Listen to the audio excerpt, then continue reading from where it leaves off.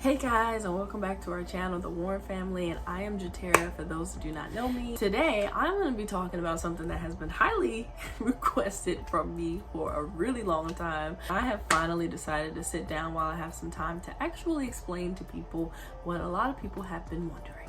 How did I get into cybersecurity? If you have seen or been looking into, typical people that are in cybersecurity type jobs, then I'm not quite in that demographic. For one, I am pretty young, so usually people are a lot older when they're in this field. They just have a certain look. Here I am, and people are like, oh my God, you're this young person. Like, how did you get into this? I really want to get into this. My journey was rather easy, so to speak. If you take it all the way back to the beginning, I went and I took the ASVAB while I was in high school.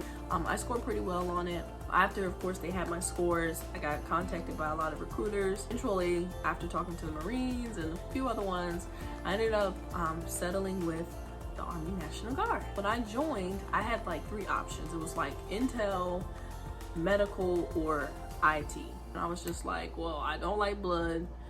Intel sounded kind of boring. He helped me pretty much settle on IT. That little simple decision is pretty much why I'm here today. I was trained, I was given a secret clearance, and really set on my way as an IT professional. I had a certain skill set. It was actually radios, but I learned other things, or at least became familiar with other aspects of IT. I did National Guard for a total of 6 years. That was my contract.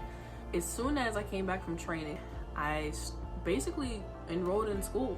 Like immediately. I actually chose Strayer University mostly because they had a campus in Charleston, and at the time I thought, oh my God, I need to actually feel like I'm going to a school, since I wasn't going to be going to a actual like college like campus.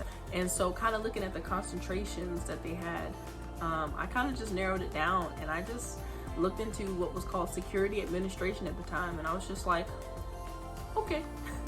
That sounds like something I like to do. It seemed more analytical. It seemed more kind of like, I don't know, challenging. And I just really was drawn to it. Didn't know nothing about it. I had no idea what it really meant. And so I enrolled in a 4-year degree with Strayer University, Information Systems, Concentration in Security Administration. While I was in school, I actually started working as a security officer, an actual physical security officer. I sat at a desk and, waved people into the gate. And I did that for a whole 1.5 years while I was in school. Eventually, there was actually a job that came open in Beaufort, and I was in Charleston, South Carolina at the time. It was a contracting position. They needed a clearance, which I had, and they needed somebody with some experience. And all I had to do was get Network Plus and Security Plus, and I could start the job.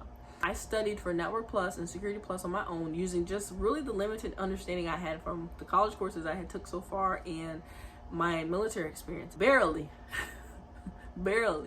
but surely I was able to pass the exams, and I was able to take that job. And I moved to Beaufort, and that was my first real contracting IT job. That job, it was actually for a network, like a junior network specialist. I did that for about 3 months, and then there was a position that opened up, but it was actually on the security side of that contract. I put my name in the bucket, I contacted them, they gave me the job.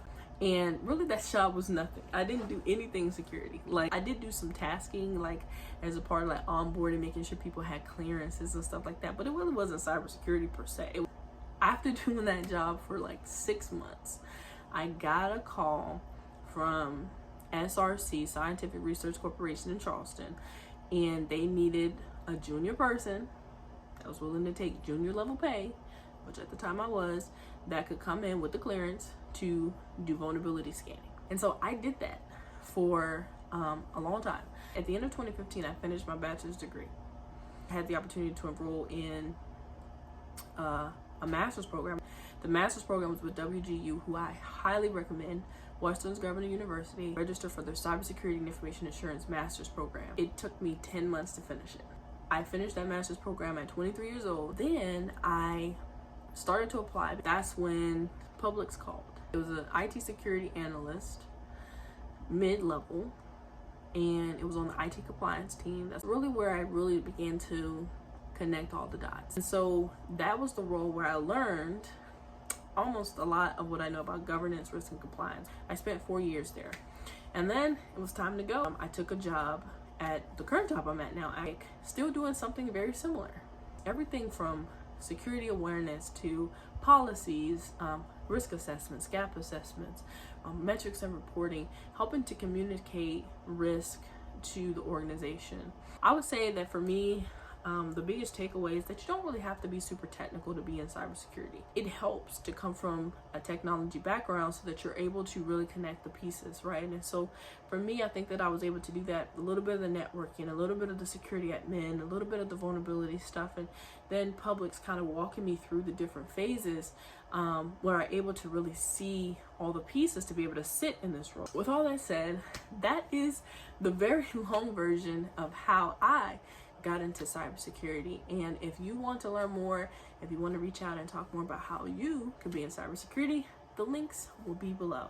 But that's it for now. So I hope you all have a good rest of your day, and I will see you on the next one.